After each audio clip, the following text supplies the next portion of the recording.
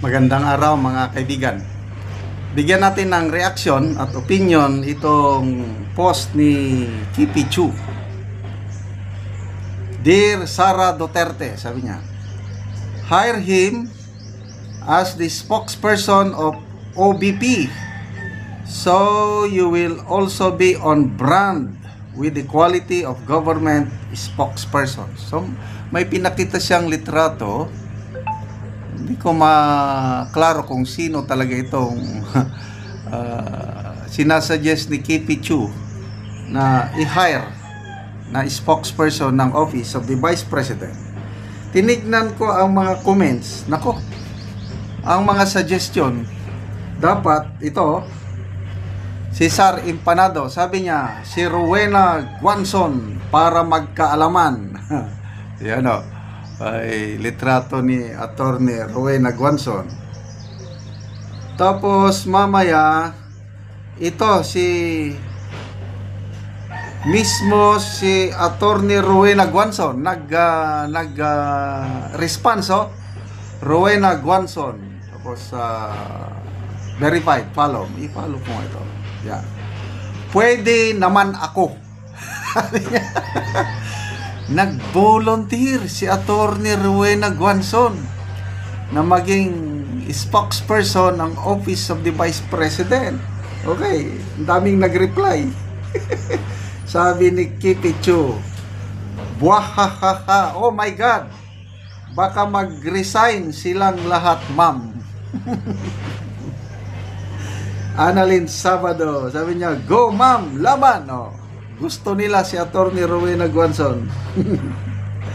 I am Shanwen. Sabi niya, lalampasuhin mo lang sila, Attorney Rowena Guanzon.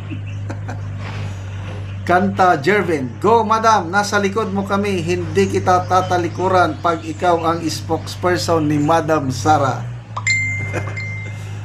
Dante Pineda, ito ang power, tapang at may sense. Sabi talaga, no? Romy Javier, ang daming pumapabor na mag-spokesperson siya, no? Romy Javier, Madam Attorney, mismatch po. May sense ka, sila wala. Pero suportado ka po namin. Ito, batikang abogado, dating commissioner ng COA, dating commissioner ng COMELEC. Sino ba naman yung Attorney Claire at Attorney Princess? Mismatch nga. Lingling Digwaso, Rowena Guanzon, wow ma'am, go go go, lampaso mo silang lahat. Ano kaya kung magkatotoo, no? Na kailang problema, wala namang budget. Kakaunti ng budget ni VP Sara sa kanyang opisina. Hindi niya na kayang mag-hire ng spokesperson. Nung nasa DepEd pa siya, alam ko, meron siyang spokesperson doon. Si Attorney Pu, yung lalaki na gwapo. Spokesperson niya yun. I don't know kung DepEd pati OBP. So ngayon, dahil less budget, so, ito, isip-isip lang ng mga sinakriset. Kasi nga, Palasyo, nag-hire ng spokesperson, Attorney Claire Castro. Ayan, very entertaining. Bigla, kahapon ba yun, o the other day, inanunsyo na House of Representatives, first time in history, na ang isang hindi mambabatas, hinire na spokesperson ng Kamara, the person of Attorney Princess Abante, na mukhang palaban din. So, puros palaban eh. Palasyo at saka Kamara palaban. So, sinong kalaban nila? Di si VP Sara. So, sinong lalaban ngayon? Si VP Sara lang on her own. Kaya naman niya. Bloodbath nga ang gusto niya. Kaya ito, nakakaisip ang iba na mag-hire din si VP Sara ng bagong spokesperson. At ito, nakakatuwa dahil nag-volunteer si Attorney Rowena ko. Pwede naman ako. Well, nung kampanyahan pa, nung 2022, medyo nainis ako dito kay Attorney Guanzon dahil gusto niyang talagang bias anti-Marcos siya. Gusto niyang ma-disqualify si candidate BBM. Dahil sabi niya, hindi pwede yan. Ang dami niyang sinasabi against Marcos nung una na ako, nainis ako.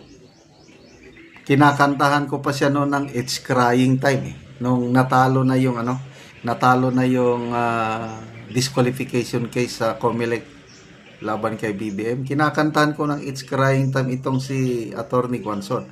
Kaya lang sa ngayon, sa lahat ng mga dilawan, si Attorney Guanzon na lang ang may prinsipyo na kung ano ang dati niyang tingin sa mga Marcos, yun pa rin. Sina Laila de Lima, Kiko Pangilinan, Reza Ontiveros, wala na. Naging instead na tinatawag nila nga genuine o legitimate opposition, wala na. Unipink na sila ngayon. Sila na ang magkatandem, Marcos and Dilawan na, kaya Unipink.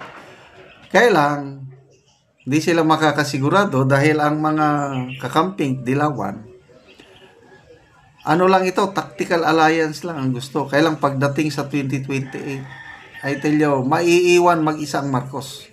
Kasi ang mga Dilawan, gusto nila Malacanang. Lalo na ngayon na parang nag-resurrect sila dahil grabe ang performance nila sa midterm election. Nakakabilib din talaga. Biglang nanalo si Bam Aquino at Kiko Pangilinan. Yung akbayan ni Reza Ontiveros, biglang naging top party list with more than 2 million votes. So, lumalabas, na sila, nakabawi sa masa kasi nga, ang unit team nagkahiwalay. So, naiwang mag-isa ang Marcos, dalawa ng oposisyon. So, yung mga dating supporter ng unit team na ayaw kay Duterte, napunta na sa Dilawan, kaya lumalakas sila. Kaya mismo si Ontiveros nagsasabi, he is open for 2028 presidential run. Yung latest survey ng Tangerie na non-commission survey, na ito lang ang pinapaniwalaan kong survey ng Tangerie dahil malapit sa katotohanan. Walang nagbayad sa kanila. Number 1, si BP Sara, 29%. Pumapangalawa si BP Lini at 21%. Pumapangatlo si Bongo, 15%. Pang-apat si Rafi Tolpo, 11%. Pang-lima si Romualdez at 6%. Yun na yung talagang nasasalamin mo na kung anong mangyayari sa 2028. So it will be a battle between Duterte and Dilawan. Romualdez, sa tingin ko, mahihirapan siya. So, go, Attorney Rowena Guanzon, sana tanggapin kayo ni BP Sara. Pro bono na lang walang bayad. Para kayo ang pantapat kay Auntie Claire at Princess Abante.